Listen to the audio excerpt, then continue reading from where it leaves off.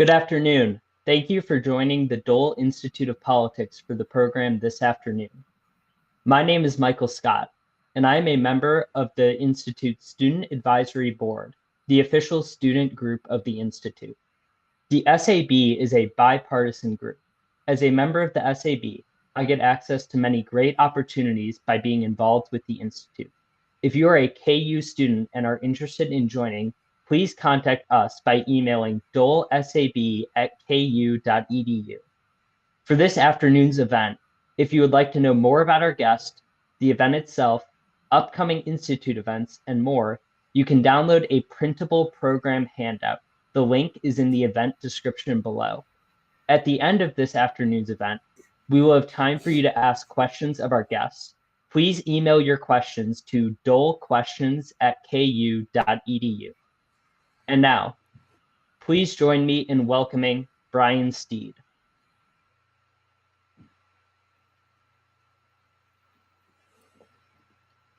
I want to thank the Dole Institute for allowing me to present today. I want to begin by talking about or referencing the TV show Homeland, which is a Showtime TV series. Season 5, Episode 1 has a scene where the character Peter Quinn, who's a CIA operative, is invited into a large conference room in the basement of the CIA headquarters in Langley, Virginia. And there, he's asked to tell what he's been doing. Peter Quinn has just come back from spending time in Syria, where he's been fighting ISIS. He's asked how well the strategy is working. Peter Quinn's response is, "Tell me what the strategy is, and I'll tell you how well it's working." And he then follows up with the question, "What is the strategy?" He looks around the room, dead silence. He holds it for a few seconds and he says, "There, that is the problem. They have a strategy." What I'm going to talk to you about today is ISIS's strategy and where they get it. And it's from the document, The Management of Savagery. We'll talk about why what I just said is a little bit polemic and a little extreme in just a moment. But as we embark on this discussion of the Management of Savagery and its author, Abu Bakr Naji, I hope that you understand why this is important, because this is going to be the articulation of how groups like ISIS, Al-Queda, and others look at how they will fight the United States and more broadly, the West. So let's take a look at the opening slide for just a moment. This gives you the title. This is actually the cover of the book. And I could talk about it in the sense of it's Idara al-Tahish or Tahish, and it can mean a couple of things. As it's said in the title, the management of savagery. It can also mean the administration of savagery. The root, wahisha, that is used or translated as savagery can mean a whole variety of things. From that root, we get the word in Arabic that is used for dragon, also for beast, also for monster. It all comes from this. So in a way, you could look at this as the management of monstrousness. Idara can mean management. It can also mean administration. And a couple of times as we go through, we'll see that it means all of those things in different cases or instances within the text. So it can be the management of savagery in that it is how to manage savage acts. As we'll talk about, it will be the management of savagery as a period of time, as a stage, wherein managing the chaos and the savagery that exists is a necessary thing that needs to be done. It can also mean the administration of savagery in the sense of how to administer this savage chaos. So all of these things get into this simple meaning of what is the management of savagery. Okay, so let's dive in. What are we going to talk about today? I want to talk to you about all of these things, but I will focus on the text of the Management of Savagery and try to express exactly what Abu Bakr Naji is getting at. And then we'll tie all this up with what this means to you. Or more importantly, what this means to me or to you.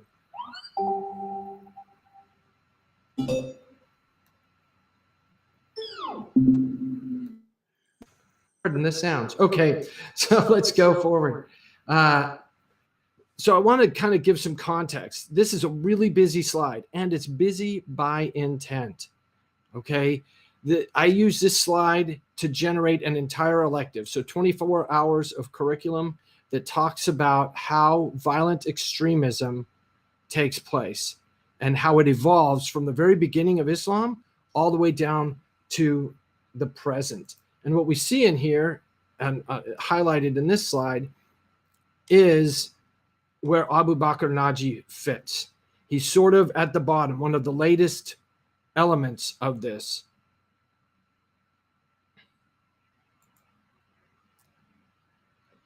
To also place this in context, well, let me go back for just a second. So when I talk about how Abu Bakr Naji fits, all of the things, all of the people, the actions, the events that are discussed or mentioned on this slide, granted that's a lot, and organizations as well, all play into things that the Management of Savagery will refer to or will draw from. So there's a rich context on which this from which this document is based, and it's important to appreciate that it's not just a document all by itself.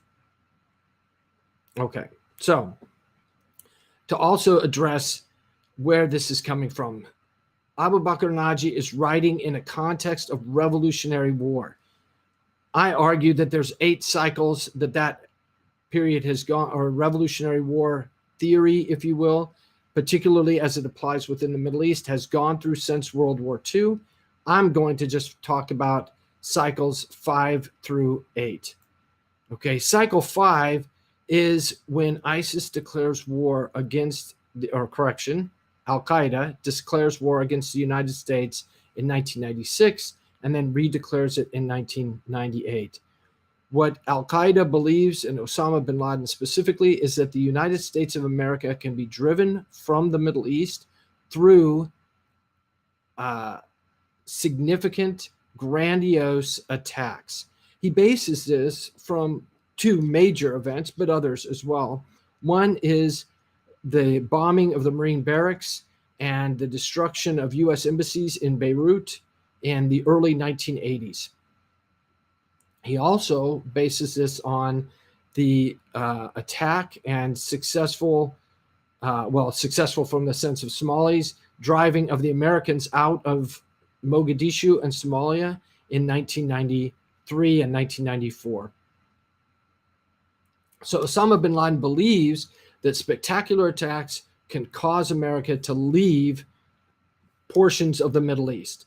And he believes that America is susceptible to leave the Middle East if he launches large attacks, which of course he does in East Africa against 2 U.S. embassies, and then later against the USS Cole in the port of Aden in Yemen. And then of course it culminates in the attacks on 9/11. So cycle 6, so that's cycle 5. And of course, following 9/11, America goes into the Middle East in a large fashion, with more than 100,000 in Afghanistan and more than 100,000 in Iraq, or at least at various times. Well, cycle 6 is the response to the American entry into the Middle East. This is where the Management of Savagery fits. It is a change in how to look at how to fight the Americans. No longer is it about spectacular attacks, but now it's about small attacks. Cycle 7 is the initiation of the Islamic State, the declaration of the Islamic State that we get in June 2014. And then cycle 8 would be during the decline of the Islamic State and this shift from defending the state to having stray dog attacks. Now, I use the term stray dogs for a specific reason. Normally, as you will hear me talk throughout this, I will use non-judgmental language. I will address this theory from Abu Bakr Naji as if it is correct. I'm not trying to get into a debate about whether or not his interpretation of Islam is right or wrong, whether or not his interpretation of history is right and or wrong. The idea is to present his interpretation as faithfully to how he sees it as possible. But when I talk about cycle 8, I am being judgmental. I use the term stray dogs because when other people use the term lone wolf, when we talk about lone wolf attacks, which is what cycle 8 sort of references, a lone wolf is an honorable creature, both in Western culture and in Middle Eastern culture. Wolves are kind of apex predators. They're respected. A lone wolf is kind of that apex predator who can do things on his own. It's kind of a neat thing. A stray dog, however, certainly in Middle East culture, is not a creature to be respected. And therefore, I use that term to reflect the fact that these attacks are not ones that we in the West should be elevating with terms of respect. Okay, so that's my one judgmental piece. Now, because I teach at the U.S. Army Command and General Staff College, I'm going to give you at least not a reading assignment, but let you know some readings that go with this. So if you want to understand cycles 1 through 5, the book I recommend is that you read Lawrence Wright's The Looming Tower. It is probably the single best volume that addresses how people like Osama bin Laden have adapted their thinking from Maoist theory all the way through the post-colonialist folks, the post-nationalist thinkers, and leading up to bin Laden's thoughts on the declaration of war against the United States. If you want to understand cycle 6, obviously you need to read The Management of Savagery, or you can listen to what I'm going to tell you next. Cycle 7, I think the best single article, there's lots of good books and there's lots of good articles, but the best single article to read is Graham Wood's What ISIS Really Wants. It was published in 2015. It is still probably the best one to read. And then if you want to understand cycle 8, there's a set of articles that are referred to as the Islamic State Insurgent Tactics, which we'll talk about at the end of today's presentation. So let's get into who was Abu Bakr Naji. This is a complex answer. Simply stated, we don't know. Abu Bakr Naji is a pen name. It's a pseudonym. Some people, Hani Nasira has said that Muhammad Hassan Khalil al-Hakim, or same guy, just a different use of his name, Muhammad Khalil Hassan al-Hukaima, is Abu Bakr Naji. He's also known by Abu Jihad al-Masri, which means the father of the struggle, the Egyptian one, which is the same name as Muhammad al-Hukaima. I have my doubts. If it is this guy, he's born in 1961-ish, and he's killed in 2008. He is described as one of the theoreticians of Al-Queda. And this is an important thing. He is an Al-Queda guy. He's not an ISIS guy, in part because ISIS, as we know it, does not exist by the time he's killed. However, almost every ISIS fighter of significance, certainly anyone that has a computer that we've captured, the Management of Savagery is on that computer, and they regularly refer to and do the things that are talked about in this doctrine. So, like I said, I have my doubts that Abu Bakr Naji is Muhammad Khalil Hassan al-Hukaima. But you know what? It doesn't really matter. So, what did Abu Bakr Naji write? Obviously, he wrote The Management of Savagery. I talked a little bit about the name of it already. It's the subtitle is, as you see here, the most critical stage through which the Ummah will pass. For those who are not familiar with the term, Ummah means community of believers. And so it's a Arabic term that refers to all believers of Islam. So when it talks about this is what the Muslims must pass through, we'll talk a little bit more about that to come. This is published in 2004. Interestingly enough, it makes no reference to the United States in Iraq. So we think it was written in either late 2002, because he does make reference to both the 9/11 attacks and the U.S. invasion of Afghanistan and U.S. presence in Afghanistan. So when he wrote it, we were in Afghanistan, or the U.S. was in Afghanistan, but he doesn't make reference to the U.S. in Iraq. So probably written in late 2002, early 2003, but not published online until 2004. If Abu Bakr Naji is Muhammad al-Hukayma, then he also wrote The Myth of Delusion, which tells people how the U.S. intelligence agencies work and how to manipulate how those agencies work. It is for this reason that I don't think Abu Bakr Naji and Muhammad al-Hukayma are the same guy, because if you read The Myth of Delusion, which is published online by the organization, both in English and Arabic simultaneously, it's not the same kind of writing style as you get in the Management of Savagery. That said, that's just my opinion. So it could be either one. He writes another a work published in September 2006, and then those are kind of the last things, or that is the last thing that we have from him.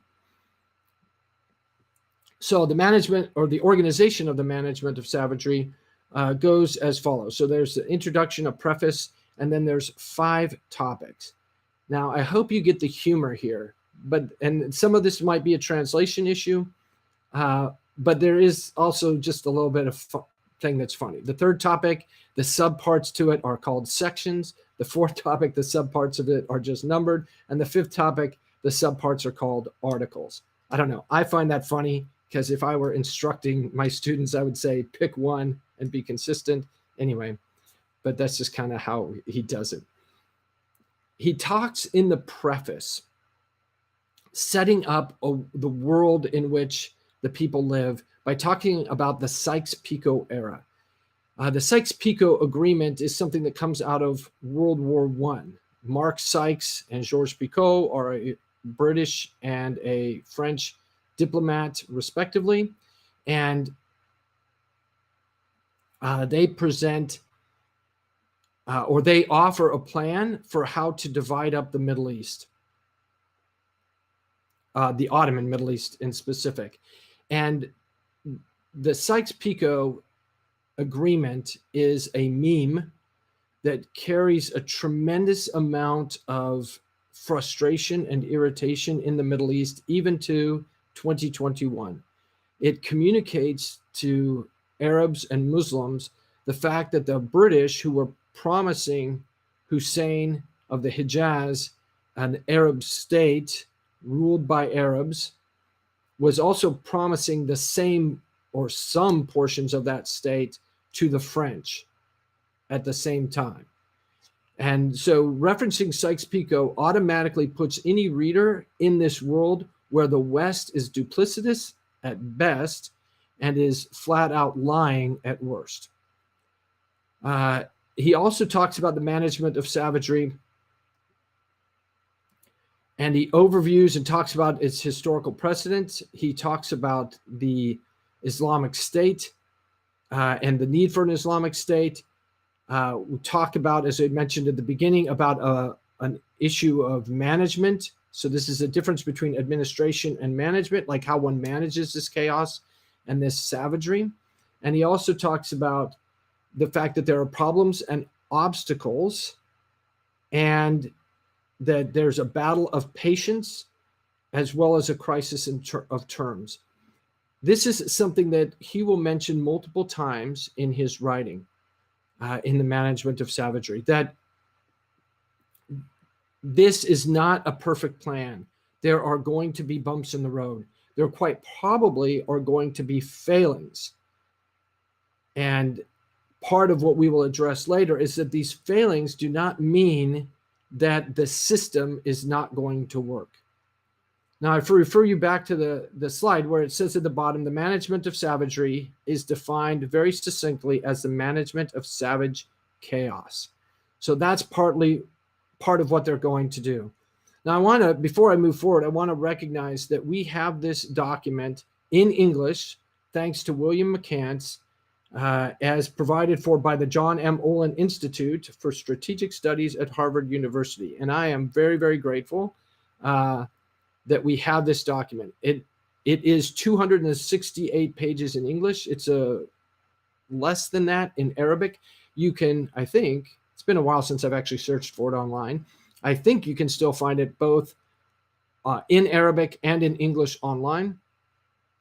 And I know you can certainly at the website that I have, there's a version that you can download with highlights and so forth on it.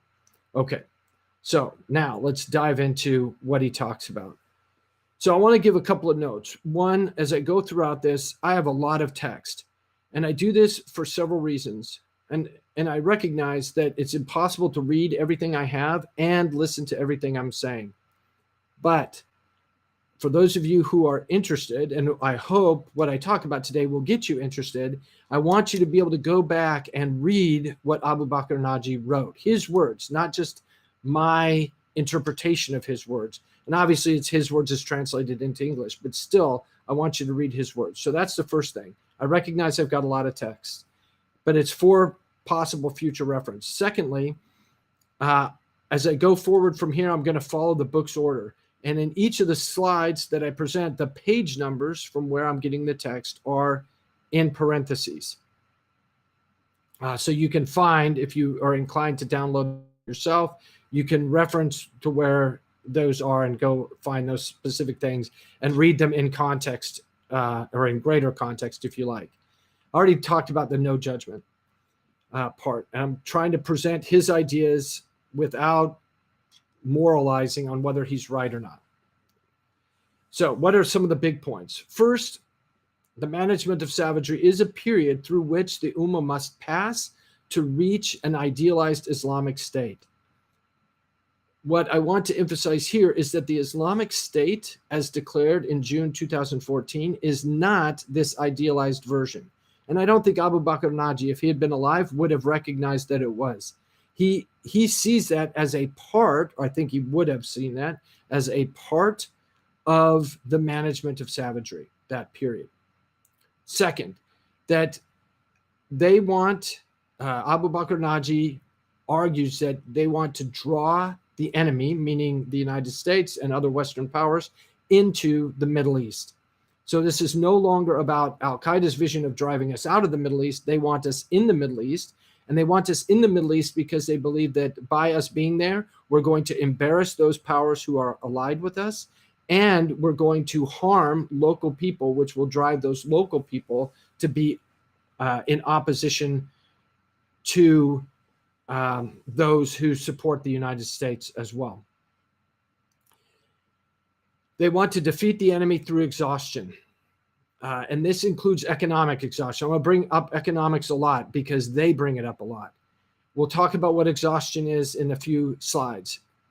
They want to focus on the deceptive media halo, which I'll talk about in just a moment.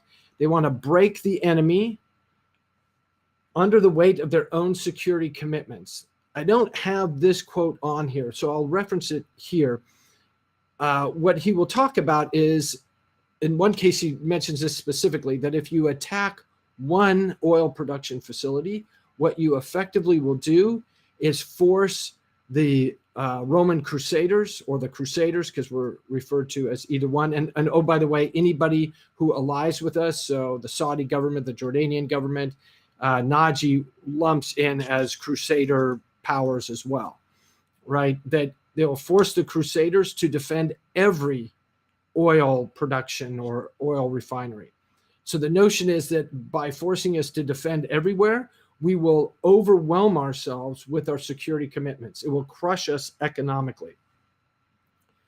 Savagery is necessary and tolerable, and in fact, better than the current environment, which we'll talk about. And seventh, and I would argue most important, is Naji believes his side is going to win. So to put this in perspective, he believes he's on God's team.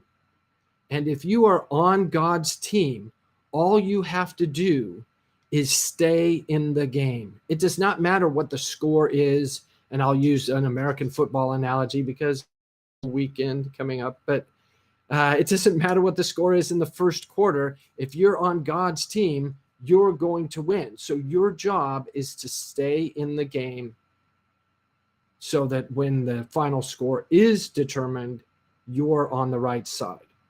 Okay, so this is so much of what he's talking about is being on the team throughout the process.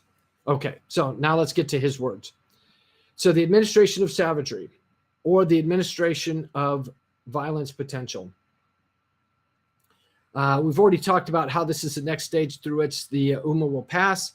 It is considered the most critical stage. So what does he identify? Right up front, he identifies if we fail.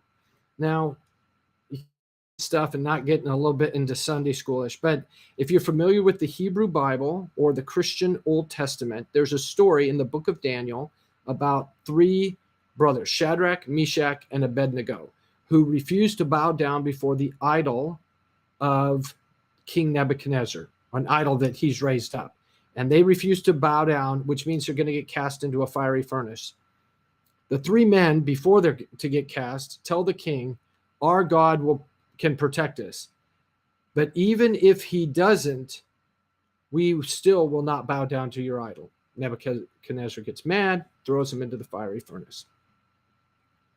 The point of this story is those three men acknowledge that their God has the power, whether or not he saves them. That is what Abu Bakr Naji is referencing here. When he's saying, if we fail, that doesn't mean the end of the matter. That this idea in his mind is that the savagery will lead to that this failure will lead to an increase of savagery. And that if there's an increase of savagery, that is not the worst thing, because an increased savagery is still better than the current environment. Okay, that's what it means, better than stability. He's meaning the stability that currently exists as he's writing in 2002 or 2003. So the stability in the Middle East. Okay, so he's acknowledging that what he's talking about could fail, but even if it does, it's still a better deal. Okay, so how does he see the global order? One, he describes the United Nations. So basically, if you imagine this is like the galaxy of nations. And in that galaxy, there are two superpowers that dominate everything. And around those two superpowers are satellites of countries that are beholden to the will of those superpowers. He identifies two powers that must be fought. And now we've gone from superpowers as a literal thing in the sense of countries or nations or militaries. Now he's talking conceptually. There's two things that need to be dealt with. One is the power of the masses. So this is the people. And in this, he regularly addresses the people as ones who espouse or practice materialistic hedonism. Basically, you could think of this as sex, drugs, and rock and roll, right? That's the power of the masses that needs to be fought. The second power that they have to fight is the power of armies. Okay, so let's go on to how this power works. And there's this thing, a deceptive media halo. So I want to talk briefly about halos. I've got multiple pictures here from multiple religious configurations that all use a halo. Normally, when we think of a halo, we often think of a halo that identifies righteousness or spiritual purity, if you will. And that is true, that's often what halos do represent in art. but what they also represent are people who have power, usually from a religious sense. This is power that is derived from that spiritual purity, but it's still power. And that is the sense in which Naji uses this word when he talks about a deceptive media halo. He's talking about these powers, primarily the Soviet Union and the United States, or Russia. He often will talk about Soviets and he'll talk about Russia. And he means the same thing. Obviously, the Soviet Union has collapsed by the time he's writing. But because the Mujahideen fought the Soviet Union in Afghanistan, he uses both terms. And he uses them interchangeably. So both the Soviets or the Russians and the Americans have a halo, but it's a media halo. It's generated by the domination of these powers with the media. And it's deceptive. It's deceptive because we don't really have power, right? He's on God's side, which, because we're opposed to his side, that would mean that we are not on God's side. And if the United States and Russia are not on God's side, then obviously we don't have a halo. Therefore, it is deceptive, and it's generated by the media. So, and this part, he says at the very end, as if they possess the power of the creator of creation, is a notion of what we espouse that this halo can do, or that our power can do. So think about images that you might have seen from Desert Storm, where in briefings, the military would show a guided munition that would destroy a bridge or fly through, or at least appear to fly through a window. It could be that specific. Or even more recent images that do similar things, where an unmanned aerial vehicle is flying above and it has a camera trained on people in a car, and you can track each person individually. That's kind of what he means about how we've created this media halo that demonstrates that we have like godlike perspective, that we can see everything, that we know everything, and we can reach and touch and destroy everything. That's godlike, as he's describing it. Okay, so now he gets into the problems and weaknesses of the halo. So what are they? One, he says that this military power only exists so long as there's a cohesive society behind it and cohesive institutions. Otherwise, if the cohesion of the society breaks down, then the overwhelming military power becomes a curse, in part because it is so expensive, but also in part just because it wields so much power, and the society itself will be afraid of it, and it will cause everything to collapse. So this is part of what I said, where the weight of our own success will cause this collapse. And then he gets to how this works, or how opposing this works. And this is this confrontation and exhaustion, because as the superpower is confronted over and over again, this will eat away at this halo. That obviously the superpower cannot be this powerful, because if they were this powerful, they could not be attacked over and over and over again. And therefore, the consistent attacks will remove this aura of invincibility, which is this halo. Okay, so now the title of this slide comes from James Carville's famous statement, reference the Bill Clinton campaign in the 1992 Bill Clinton presidential campaign. Okay, so it's the economy stupid. It's not actually a quote from Abu Bakr Naji, but it's a little bit, it's still accurate, okay? Because that's the point he brings up over and over again. We'll talk about what's translated as vexation here, al-naqaya, because this appears multiple times in the Management of Savagery. It also appears in later ISIS publications. Naqaya is not destruction. This is why I like William McCann's translation as vexation. It's destruction with a purpose. So it's not nihilistic. It's not just blowing things up to blow things up. It's blowing things up to create an environment. So what is that? Well, what they want to do is create an environment that is difficult. And once it's economically difficult, then the superpower is going to struggle socially, right? We talked about the social cohesion. Well, what he's saying is once that social cohesion breaks down, then social iniquities rise to the surface. Remember, he sees us as favoring sex, drugs, and rock and roll. So what happens when the society starts falling apart? We will turn to what he calls social iniquities, which you could translate, if you're so inclined, to sex, drugs, and rock and roll. Not anyway, we're not getting into my judgments about sex, drugs, and rock and roll. I'm just saying that's a way to sort of roll all that up. Okay. And this is a way to respond to this economic stagnation. So there's an element where he recognizes that the economic investment in this massive military can ultimately, if it doesn't achieve success, can ultimately erode the economic fabric and lead to stagnation. Okay, so how do they see the United States? This is an interesting thing. So one, he sees us as weak. We're not on God's side, and because we're not on God's side, we are weak.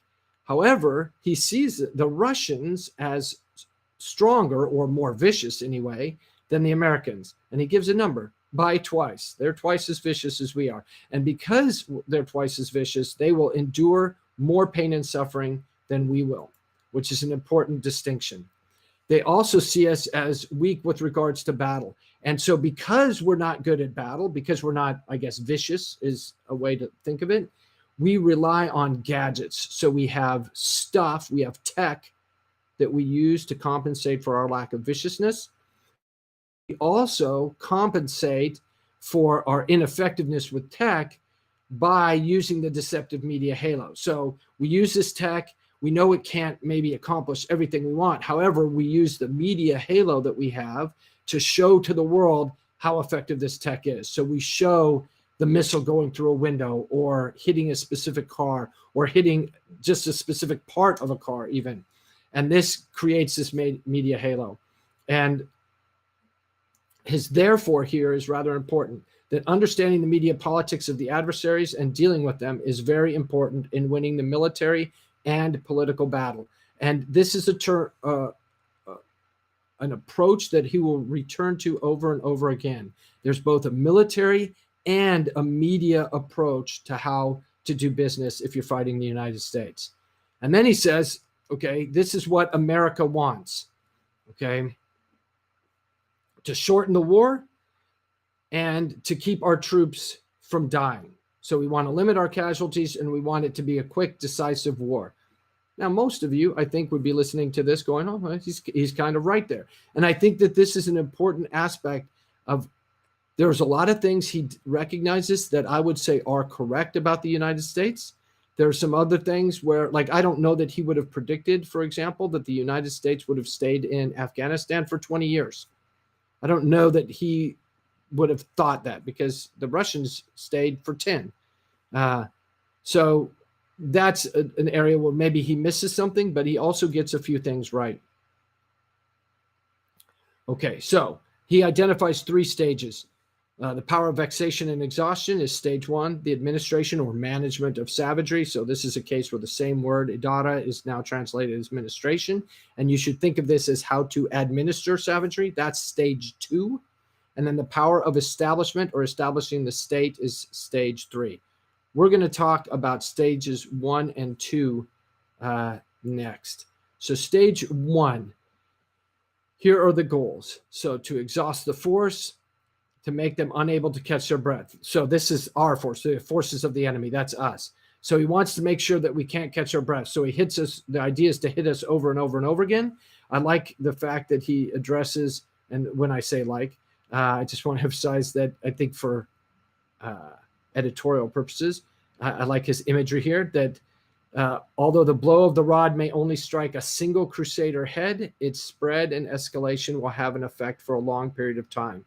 This is where he's trying to use the media in their favor, rather as opposed to just being victims of the media as he perceives it. So they want to exhaust the more powerful forces, the United States, attract new youth. So it's a recruiting mechanism. So you do these attacks on the U.S.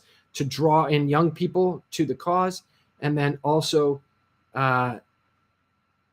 to advance or improve the groups who ultimately need to manage the savagery by training and experience. So stage one, you want to exhaust, you want to grow, and you want to train. Okay, so stage two is the management of savagery. Oh, before I go to stage two, I want to make sure I address this issue of exhaustion, because this is an interesting translation thing. The Arabic word that's translated into exhaustion here can also be translated to attrition. In US military parlance, there's a difference between those two words. Attrition and exhaustion are not the same things. Okay? Attrition is about destroying things, property, people. Okay?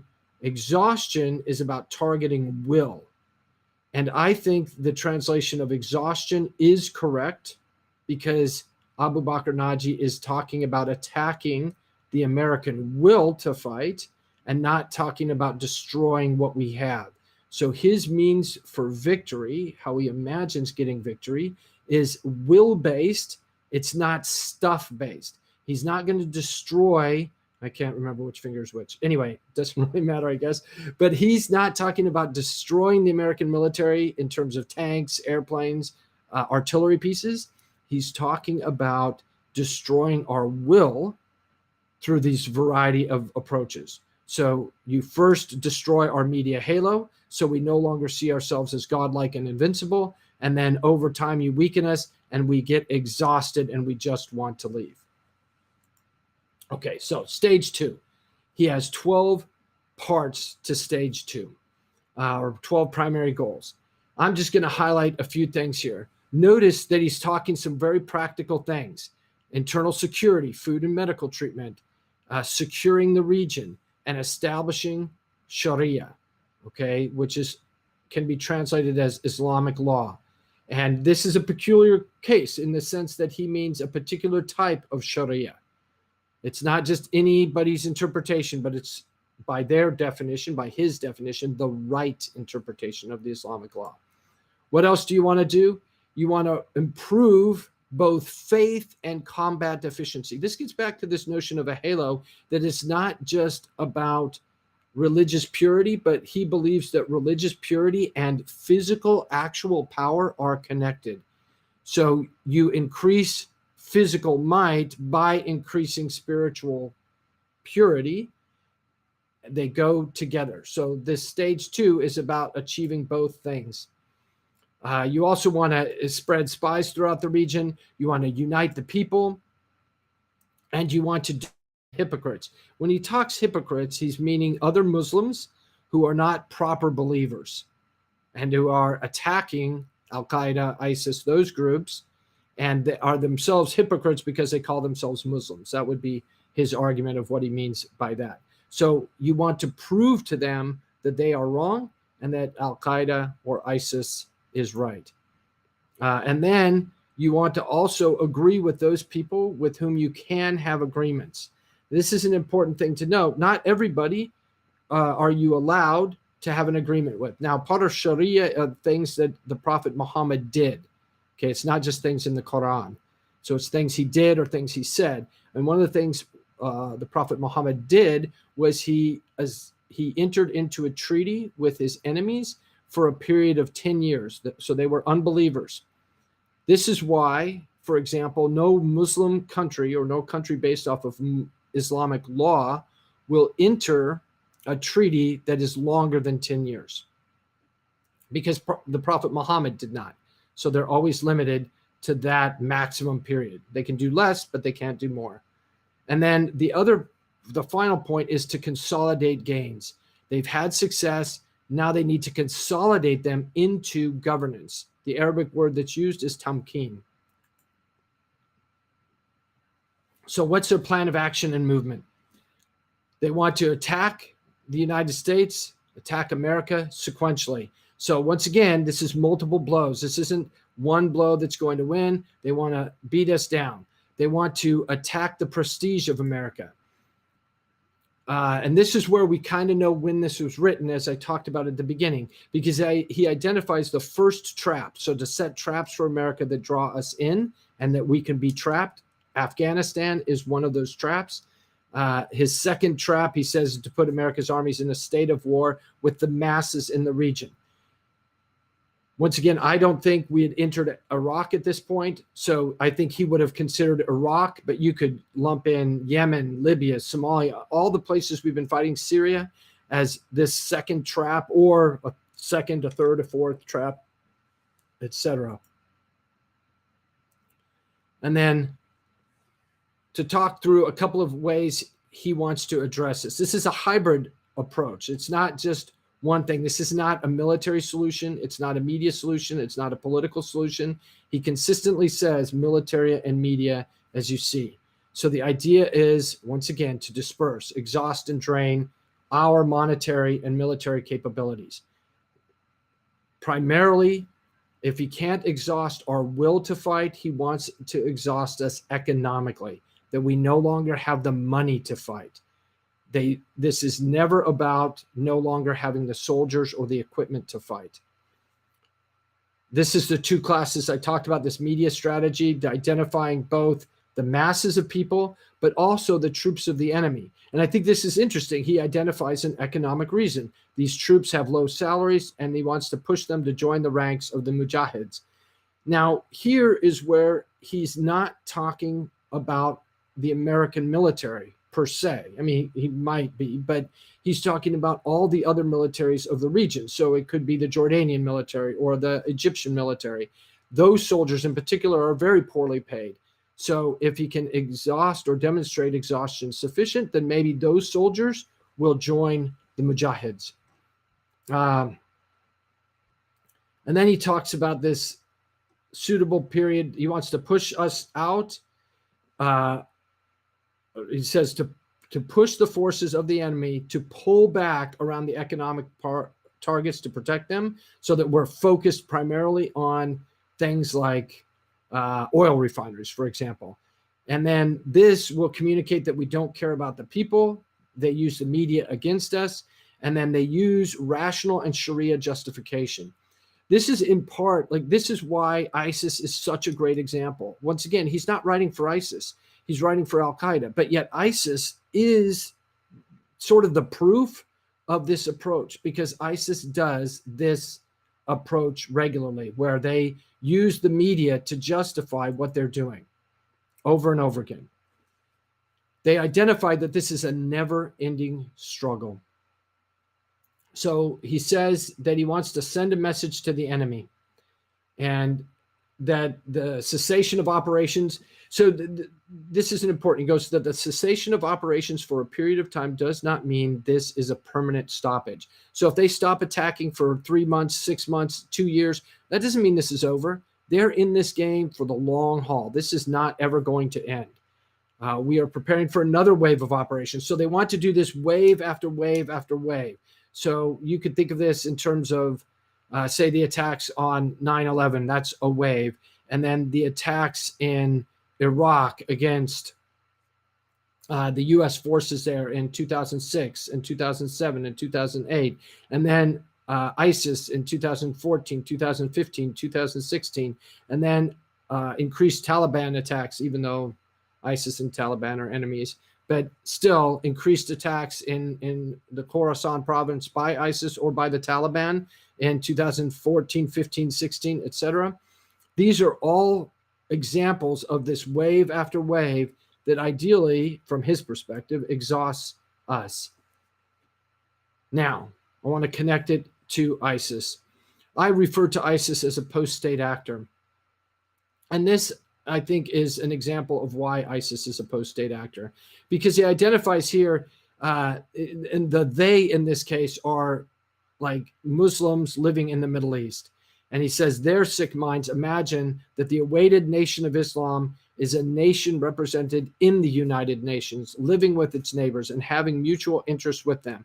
Now, isn't that fascinating? I just read the USIP report on Afghanistan, and the overall strategy, the end state that they discuss for Afghanistan is really close to this statement, right? It's an Afghanistan that's living in peace with its neighbors, etc., right? And what does Abu Bakr Naji say about this? The reality is that the Islamic State is predicated on the curtailment of all of that, or another way to look at it, the rejection of all of that. This is not a state that wants to live with the United Nations. They want to live in the Islamic State. Okay, so let me connect it further with ISIS. So ISIS in 2019, so remember, Management of Savagery published in 2004. 15 years later, ISIS publishes a series. They have a weekly online newsletter or newspaper, however you want to look at it. And they published 4 articles that were translated into English by Amin Jawad Al-Tamimi, and really brilliant job of translation. He does a whole lot of work like this. And I would argue that if Management of Savagery is the ISIS operational concept or operational doctrine, which I think it is, then the articles that were published in 2019 are really conceptual tactics, techniques, and procedures. How to implement these ideas in a world where they cannot, ISIS cannot govern, and they recognize it, that they can no longer consolidate gains. And so what do? They're going to surprise the enemy. They're going to study and prepare for withdrawal. So this is a fascinating aspect where ISIS acknowledges we can't do this stuff, but we still need to do, in essence, they don't use these words, but you could read into this, that ISIS still believes they need to do what the Management of Savagery calls for. So how do they do that? And this is what they lay out in these 4 articles in particular. And again, this is this explanation of Nakaya, which is that destruction, that damage, and how to do it. It's also translated as vexation. And then the idea, again, as ISIS is saying it, which is just a reverberation or a re-emphasis on the Management of Savagery, is to exhaust. So the whole idea is to harass the enemy into sending forces, in this case, from neighboring regions, so that they get the idea that they are beyond their ability to defend against, that they cannot keep this fight up indefinitely. And ISIS's goal, of course, is to return to governance, but they recognize that they're not currently in that world, so they have to, they've resorted back to a world of greater violence so that they can,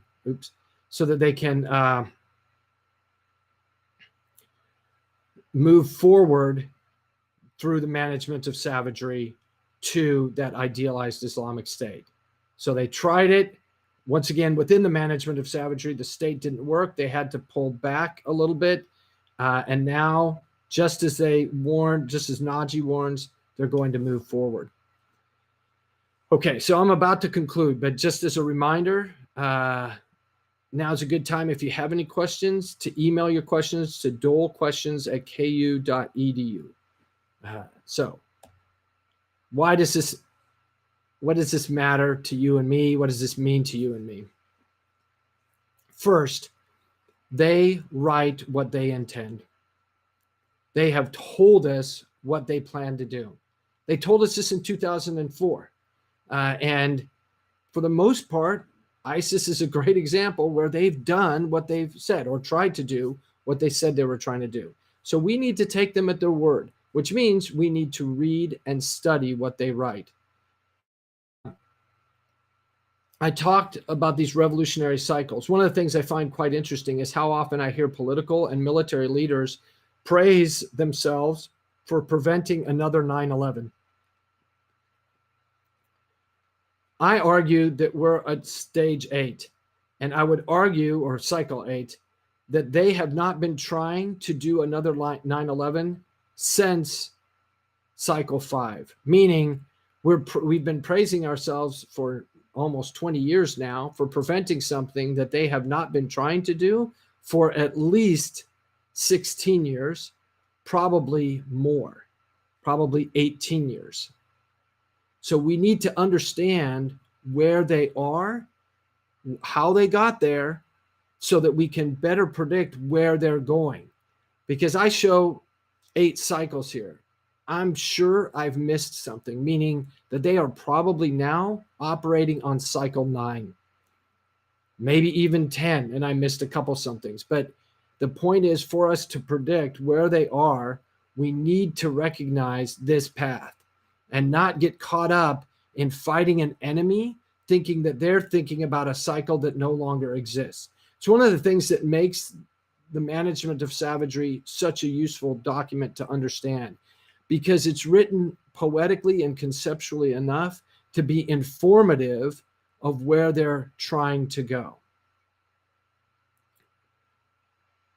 So I'm going to leave that and then turn now to your questions. And I invite you, for those of you who are interested, if you go to narrativespace.net, there's a downloads page that has links to a PDF of the Management of Savagery and also a PDF of those 4 ISIS articles that I mentioned.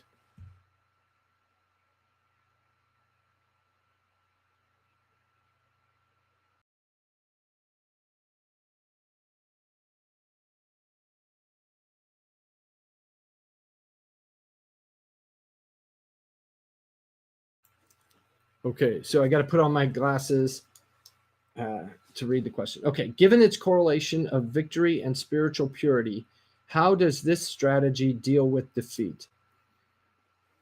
Okay, first of all, Zach asked that question, and that's a really good question. So I hope in one of the quotes I gave, you recognize that they already identified that this is not forever going to be successful, or that they might fail. So it's built into their narrative, or built into the story of their narrative, that they are going to lose battles and lose many of the battles. The Management of Savagery does not talk about the end times, but the ISIS story regularly does, and they reference the end times. So I'm now going to conflate a couple of things, the Management of Savagery with publications of ISIS material. And ISIS regularly acknowledged the stories that would be shared about the end times. And those stories include the fact that the army of righteous, or the army of the righteous, or the army of righteousness would rise up in the Levant, or what we might call Syria, spread to Mesopotamia, that they would win battles, they would lose battles, and that the army of Roman crusaders would show up in either Dabek or Amak, and there they would be winning, the Roman crusaders would, when the army of the righteous returned to those places and fought a major battle, where the army of the righteous would be losing that battle when Jesus, the son of Mary, the same New Testament Jesus, shows up and leads the army of righteous to defeat the Roman crusaders. So within that story, defeat is a part of what is happening. So just because they're losing does not mean they're going to lose. So the temporary environment is not as important as the ultimate outcome. And the ultimate outcome is already predetermined so long as you're on God's side. I hope that answers your question, Zach. So question 2. Is the belief that one is doing the will of God a common thread in extremist ideology, and are there other groups similar to ISIS? Okay, so 2 questions, and those are good questions. Those are both good questions. So I think it depends on the extremist ideology. So if the extremist ideology is communism, for example, then doing the will of God is not. But if the extremist ideology is religious, then yes, doing the will of God is connected as a, I don't know that it's a requirement, but you almost always see it. Because part of the definition, and this is a problem with the definition, we tend to call people extremists who use the terms like we are doing the will of God, like they use that phrase or that sentence in what they're doing, like this is the will of God. Almost anybody who says that gets labeled in the West in the 21st century as a religious extremist. So to a degree, it's almost definitional. There are other groups like ISIS, not that have been as successful. So ISIS still has multiple what they call wilayas, or states or administrative areas. So the group known as Boko Haram or formerly known as Boko Haram. It's kind of either. Sometimes we call it Boko Haram. Sometimes we call it the Islamic Wilaya or the Islamic State in West Africa. They are still quite active, the Islamic State in the Khorasan province. So there are, and arguably all of this is still the Islamic State. So those aren't necessarily different groups. Obviously, Al-Qaeda is pretty similarly minded. Al-Qaeda advised against the declaration of a state because they did not want to incur the administrative burdens necessary. So this is one of the fundamental disagreements between ISIS and Al-Qaeda, was whether or not you declare a state right now. ISIS or Al-Qaeda never thought you did or should, but ISIS obviously believed it was necessary, partly because the ISIS leader at the time in 2006 believed that the declaration of an Islamic State was essential for the second coming of Jesus to occur. So for the end days to happen, you needed an Islamic State to be in existence. So that's kind of an important distinction. And so that's one of the reasons why they declared a state. And then you have a variety of splinter groups from each of these two main, and then some others elsewhere. So ISIS has been the most successful in having a physical presence, like a caliphate, but there are other groups in a variety of connections to either ISIS or Al-Qaeda. Okay, so question 3. This is from Scott, who says, what are their, ISIS, media themes and messages that we will need to discredit with worldwide audience and with Muslim audience? Wow. Okay, so Scott, that's a great question. The wow is there's a long answer to that, which I do not have my notes in front of me to actually answer, because there's a lot of people who have done some really great scholarship on all of the different media themes that ISIS uses. I will go through just a couple. The first, obviously, is that ISIS is the representative caliphate, meaning that their leader is a Khalifa or Caliph, which means the successor of the Prophet Muhammad. Now, I don't know that we, the West, have to attack that, because there's a lot of Muslim writers and so forth that attack that regularly, and I think they've done a good job discrediting that. What I argue to my students, we use a term that is derived from Karl von Clausewitz, the center of gravity. So U.S. military doctrine uses center of gravity, and Clausewitz is sort of the originator of it.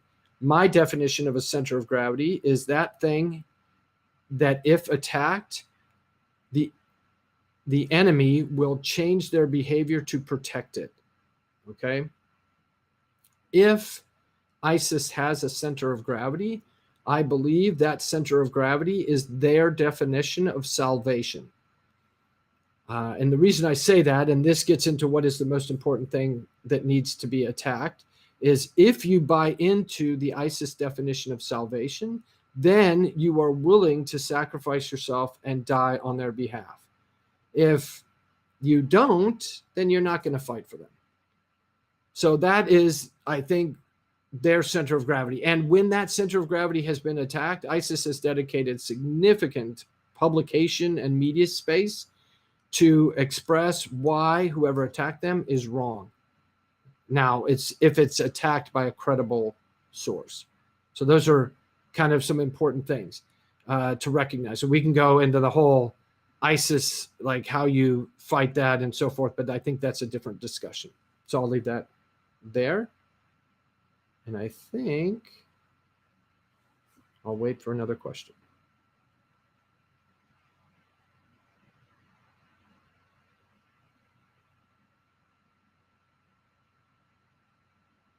Well, while I'm waiting for another question, I'll talk about in the sense of how ISIS is operating. Oh, you know what?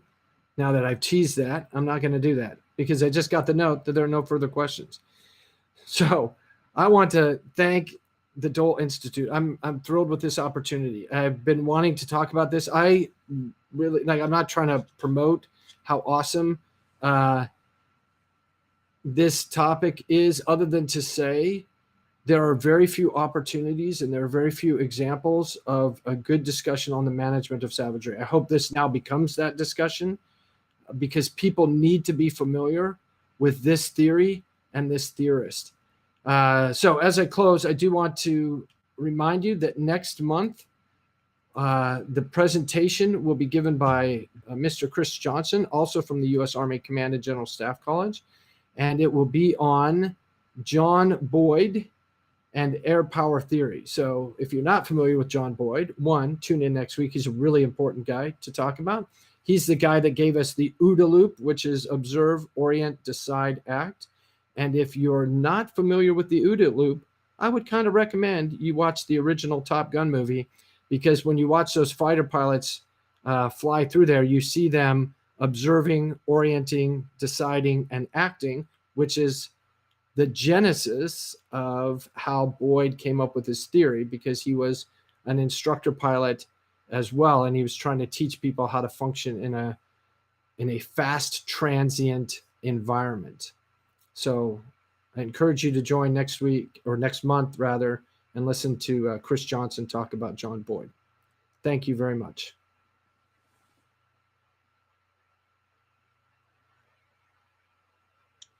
Thank you for joining the Dole Institute of Politics for the program this afternoon.